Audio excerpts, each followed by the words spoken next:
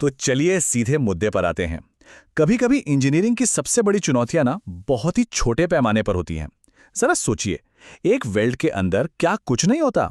जबरदस्त गर्मी, पिघला हुआ मेटल और वो स्ट्रेस जो एक शानदार डिजाइन को भी फेल कर सकता है। आज की हमारी पड़ताल इसी के बारे में है। हम ये देखेंगे कि कैसे इंजीनियर्स कंप्यूटर सिमुलेशन का इस्तेमाल करके वेल्डिंग जैसी मुश्किल मैन्युफैक्चरिंग प्रोसेस की गुत्थियां सुलझा रहे हैं, वो भी धातु के एक टुकड़े को हाथ लगाए बिना।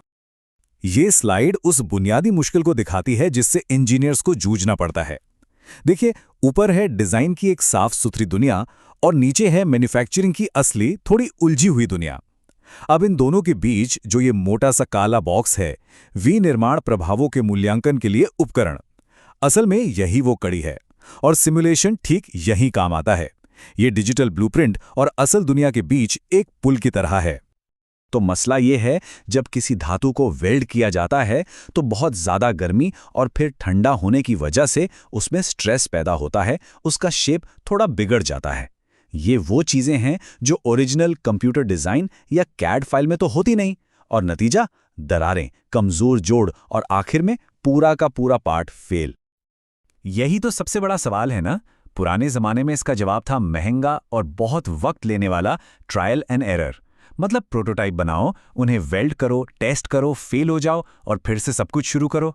लेकिन क्या हो अगर ये पूरी प्रक्रिया हम वर्चुअली कंप्यूटर के अंदर ही कर सकें? हमारी आज की पड़ताल इसी पर टिकी है। तो इसका हल है वेल्ड का एक कंप्यूटेशनल मॉडल बनाना। मतलब हम असल में किसी धातु को काटने या वेल्डिंग टॉर्च जलाने से बहुत पहले पूरी वेल्डिंग प्रोसेस को कंप्यूटर के अंदर चलाकर देखने वाले हैं। एक अच्छा सिमुलेशन बनाने के लिए 4 चीजें बहुत जरूरी हैं। सबसे पहले हमें चाहिए ज्योमेट्री, मतलब जिस चीज को वेल्ड करना है उसका आकार। दूसरा, सोर्स कैरेक्टरिस्टिक्स, यानी वेल्डिंग आर्क असल में काम कैसे करता है। तीसरा, बाउंड्री कंडीशंस, जैसे कि आसपास का तापमान क्या है। और आखिर में इन सबको एक साथ लाने के लिए सही मॉडल चुनना। चलिए इसे थोड़ा और आसान करते हैं। पहला कदम है एक डिजिटल कॉपी बनाना, लेकिन एक सिंपल वर्जन। हम पूरी की पूरी चीज को मॉडल नहीं करते, बल्कि उसका एक अनुमान लगाते हैं, जैसे कोई प्लेट, सिलेंडर या एक सॉलिड ब्लॉक। इससे कैलकुलेशन को काबू में रखना आसान हो जाता है। और असली खेल यहीं पर है। एक सटीक सिमुलेशन का पूरा दारोमदार इस बात पर है कि वेल्डिंग आर्क से निकलने वाली गर्मी को कितनी सही तरह से मॉडल किया गया है। अगर गर्मी का अंदाजा गलत लगा तो बाकी सब कुछ, तापमान, स्ट्रेस, डिफॉर्मेशन, सब कुछ गलत हो जाएगा। और यहीं से एक वैज्ञानिक खोज का सफर शुरू होता है। ये सिर्फ एक टाइमलाइन नहीं है, ये एक लगातार बेहतर और सटीक वर्चुअल हीट सोर्स बनाने की कहानी है। ये समझने की कोशिश है कि गर्मी को डिजिटल दुनिया में कैसे दिखाया जाए ताकि वो असल दुनिया के बर्ताव से मेल खाए। चिहोस्की का ये कोड बिल्कुल साफ कर देता है कि सिमुलेशन इतना जरूरी क्यों है। असल प्रोडक्शन शॉप में आप बस अंदाजे से चीजें नहीं बदल सकते। दांव पर बहुत कुछ लगा होता है। एक छोटा सा बदलाव जो शायद आंखों से दिखे भी ना, एक बड़ी नाकामी की वजह बन सकता है। इसीलिए एक ऐसे मॉडल की जरूरत थी जो पहले से ही सब कुछ बता सके। तो जब एक ऐसे मॉडल की इतनी सख्त जरूरत थी, चलिए इन मॉडल्स के विकास की कहानी देखते हैं।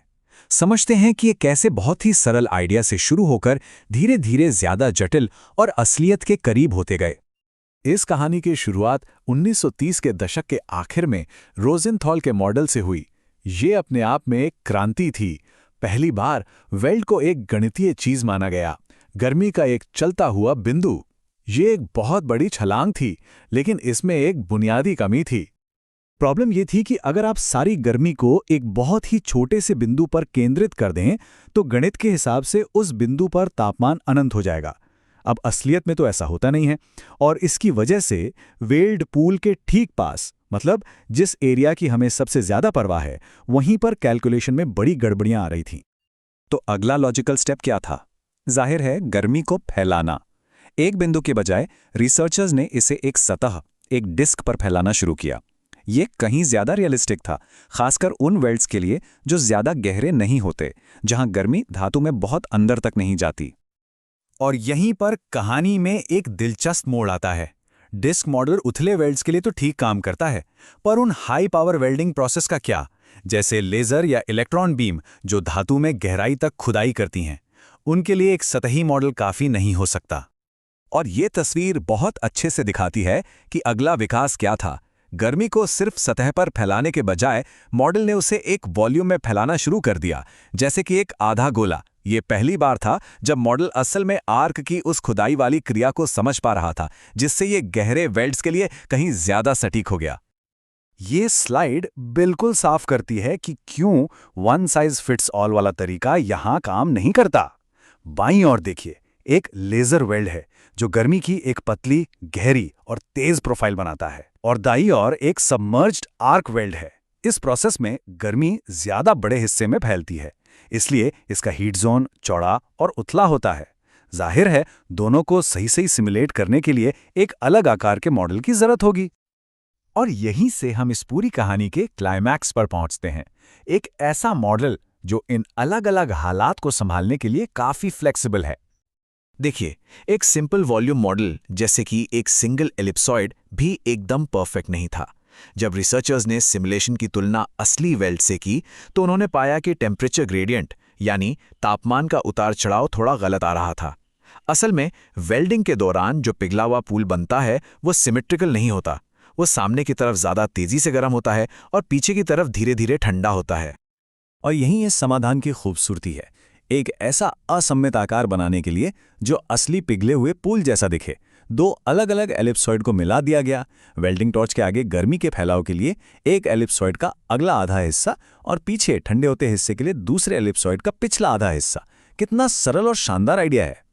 तो कुल मिलाकर डबल एलिप्सॉइड मॉडल इसलिए कामयाब हुआ क्योंकि ये हर पैमाने पर खरा उतरा।